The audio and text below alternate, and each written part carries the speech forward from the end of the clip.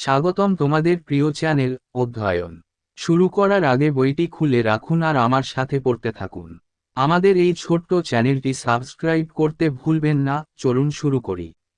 Causes of failure of the revolt. Revolt did not embrace the entire country. Even though the revolt engulfed vast territory and received widespread sympathy, yet it could not embrace the entire country. India south of the Narmada remained largely unaffected. Punjab remained well controlled under John Lawrence. Rajasthan and Sindh remained quiet. Afghanistan under Dost Muhammad remained friendly to the British, who also received much needed help from Nepal.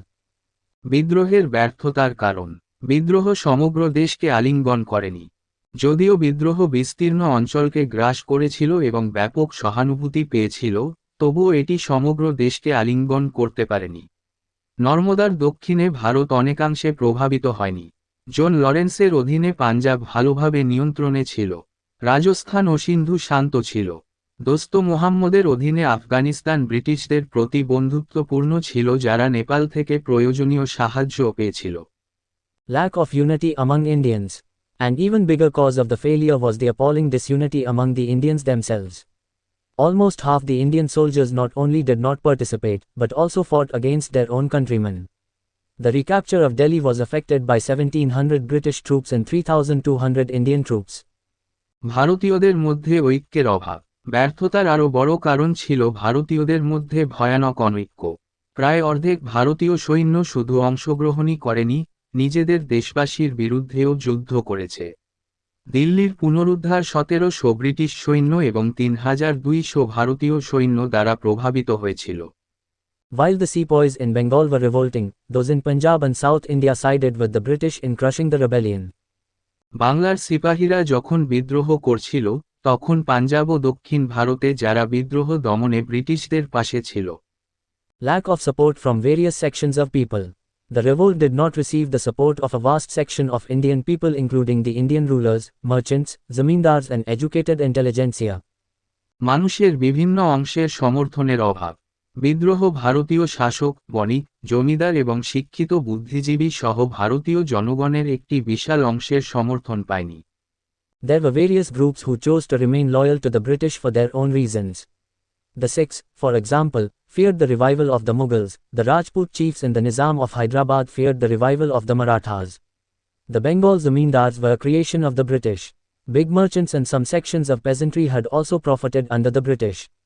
The Talukdars, big zamindars, of Awadh abandoned the revolt once the British reassured them that their estates would be returned. বিভিন্ন গোষ্ঠী ছিল যারা তাদের নিজস্ব কারণে ব্রিটিশদের অনুগত থাকতে বেছে নিয়েছিল। উদাহরণস্বরূপ, শিখরা মুঘলদের পুনরুজ্জীবনের ভয় করত, রাজপুত প্রধানরা এবং হায়দ্রাবাদের নিজাম মারাঠাদের পুনরুজ্জীবনের আশঙ্কা করত।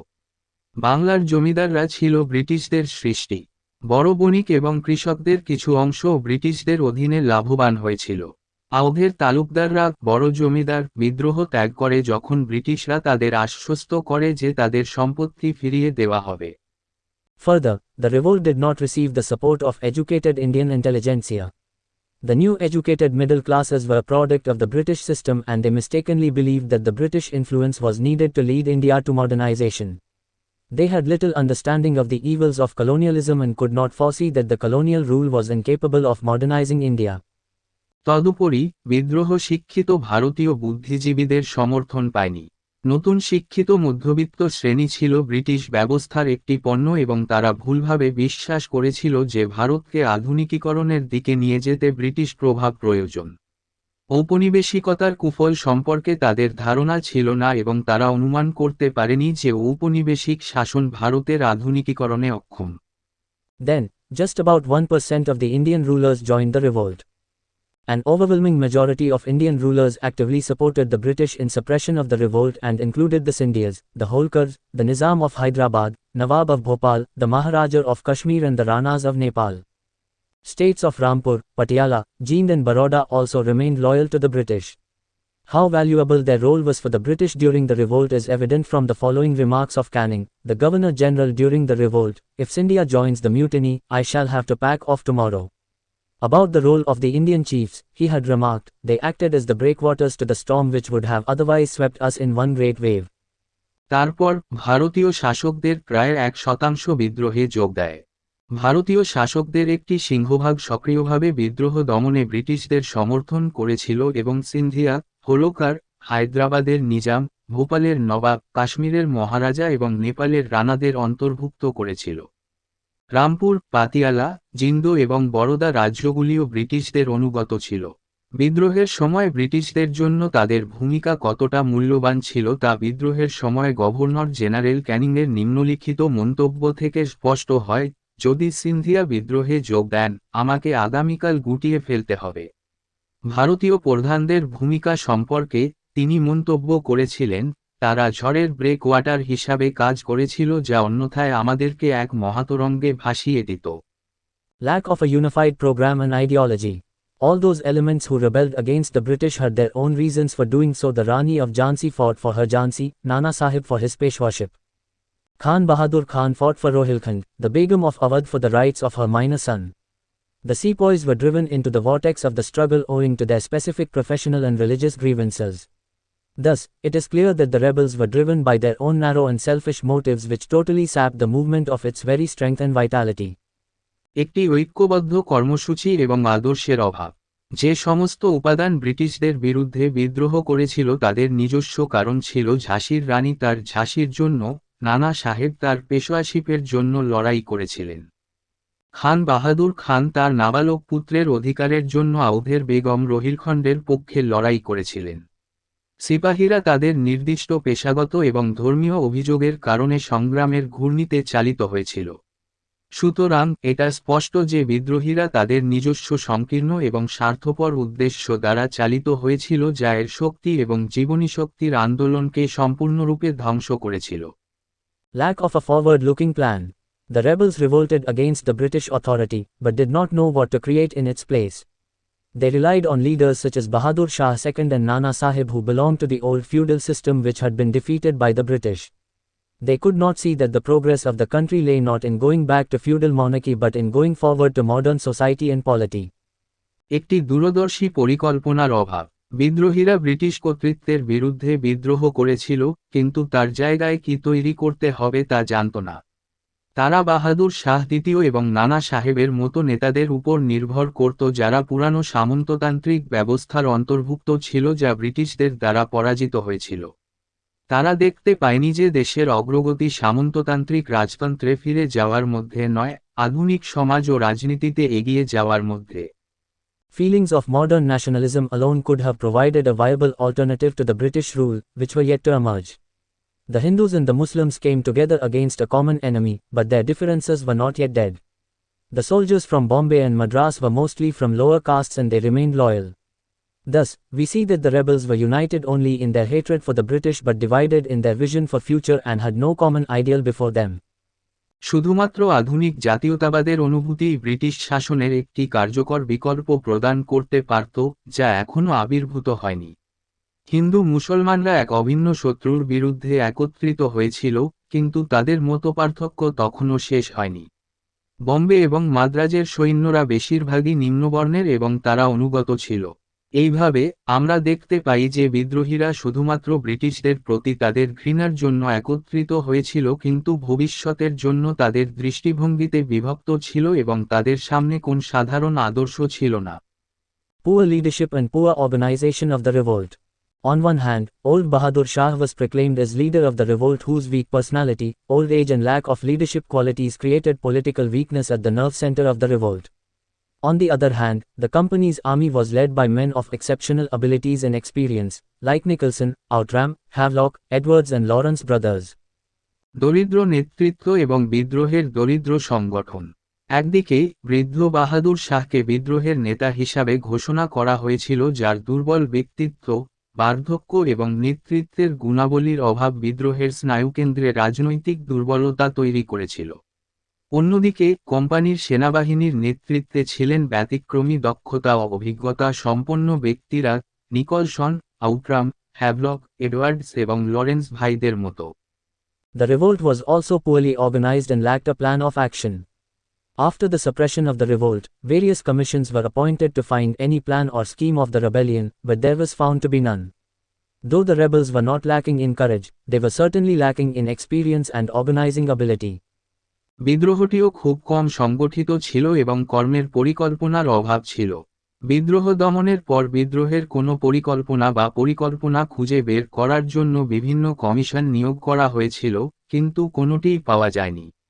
যদিও বিদ্রোহীদের সাহসের অভাব ছিল না, তবে তাদের অবশ্যই অভিজ্ঞতা এবং সংগঠিত করার ক্ষমতার অভাব ছিল। Superiority of British resources. The British forces were decidedly superior to the rebel forces. The British had modern weapons of war while the Indians fought with spears and swords. The British were better organized while the rebels often behaved like a riotous mob. The British were empowered with a strong central command, a plan for military action and regular supply of men, money and material. While the rebels had no such support system. The strength of the British forces may be gauged from the fact that many rebels felt demoralized at the very sight of the British troops and fled back to their villages. Moreover, considering the vast resources of the British army, it may be safely stated that even if the English had been driven into the sea, it would have only been a matter of time before they had recaptured India. British সম্পদের শ্রেষ্ঠত্ব। British বাহিনী বিদ্রোহী বাহিনীর চেয়ে উচ্চতর ছিল। ব্রিটিশদের কাছে আধুনিক যুদ্ধের অস্ত্র ছিল যখন ভারতীয়রা বর্শা ও তলোয়ার দিয়ে যুদ্ধ করেছিল। ব্রিটিশরা ভালোভাবে সংগঠিত ছিল যখন বিদ্রোহীরা প্রায়ই দাঙ্গাবাজ জনতার মতো আচরণ করত। ব্রিটিশদের একটি শক্তিশালী কেন্দ্রীয় কমান্ড, সামরিক পদক্ষেপের পরিকল্পনা এবং নিয়মিত লোক, অর্থ ও উপাদান সরবরাহের ক্ষমতা দেওয়া হয়েছিল, যদিও বিদ্রোহীদের এই ধরনের কোনো সমর্থন ব্যবস্থা ছিল না। ব্রিটিশ সৈন্যদের শক্তির পরিমাপ করা যেতে পারে যে, অনেক বিদ্রোহী ব্রিটিশ সৈন্যদের দেখে হতাশ হয়ে তাদের গ্রামে ফিরে যায়। তদুপরি, ব্রিটিশ সেনাবাহিনীর বিশাল সম্পদের কথা বিবেচনা করে, এটি নিরাপদে বলা যেতে পারে যে ইংরেজদের সমুদ্রে তাড়িয়ে দেওয়া হলেও, তারা ভারত পুনর্দখল করার আগে কেবল সময়ের ব্যাপার ছিল। In context of the use of modern weaponry by the British troops, Nana Sahib had remarked, "The blue cap kills before they fire." British সৈন্যদের দ্বারা আধুনিক অস্ত্র ব্যবহারের প্রেক্ষাপটে, নানা সাহেব মন্তব্য করেছিলেন, তারা গুলি চালানোর আগে নীল ক্যাপ হত্যা করে। Significance of the revolt. The revolt of 1857, an unsuccessful but heroic effort to eliminate the foreign rule, stands out as a major milestone in modern Indian history. It represented the crystallization of resentment against the alien rule. It was the desperate last effort to save India under traditional leadership, and the first great popular effort to rid India of the foreign rule. The revolt of 1857 shattered the invincibility of the British rule and paved the way for the rise of modern national struggle. বিদ্রোহের তাৎপর্য। 1857 সালের বিদ্রোহ, বিদেশি শাসন দূর করার একটি ব্যর্থ কিন্তু বীরত্বপূর্ণ প্রচেষ্টা, আধুনিক ভারতীয় ইতিহাসে একটি প্রধান মাইলফলক হিসাবে দাঁড়িয়ে আছে। এটি এলিয়েন শাসনের বিরুদ্ধে অসন্তোষের স্ফটিকের প্রতিনিধিত্ব করে। এটি ছিল ঐতিহ্যবাহী নেতৃত্বে ভারতকে বাঁচানোর মরিয়া শেষ প্রচেষ্টা এবং ভারতকে বিদেশি শাসন থেকে মুক্তি দেওয়ার প্রথম মহান জনপ্রিয় প্রচেষ্টা। 1857 সালের বিদ্রোহ ব্রিটিশ শাসনের অপরাজেয়তাকে ভেঙে দিয়ে আধুনিক জাতীয় সংগ্রামের উত্থানের পথ প্রশস্ত করে। In fact, the significance of the revolt was not limited to its immediate achievements. Even in failure, it served a great purpose. The revolt, along with all the previous uprisings, created a valuable tradition of resistance to British rule, and the leaders of the revolt emerged as the earliest nationalist leaders who continued to inspire feelings of nationalism for all ages to come. প্রকৃতপক্ষে, বিদ্রোহের তাৎপর্য তাৎক্ষণিক অর্জনের মধ্যেই সীমাবদ্ধ ছিল না, এমনকি ব্যর্থতার মধ্যেও এটি একটি মহান উদ্দেশ্য পরিবেশন করেছে। বিদ্রোহ, পূর্ববর্তী সমস্ত বিদ্রোহের সাথে, ব্রিটিশ শাসনের প্রতিরোধের একটি মূল্যবান ঐতিহ্য তৈরি করেছিল এবং বিদ্রোহের নেতারা প্রথম দিকের জাতীয়তাবাদী নেতা হিসাবে আবির্ভূত হয়েছিল যারা আগামী সমস্ত যুগের জন্য জাতীয়তাবাদের অনুভূতিকে অনুপ্রাণিত করে চলেছে। এখানেই এই ভিডিওটি শেষ করলাম। পরবর্তী ভিডিওতে আমরা বাকিটা পড়ব।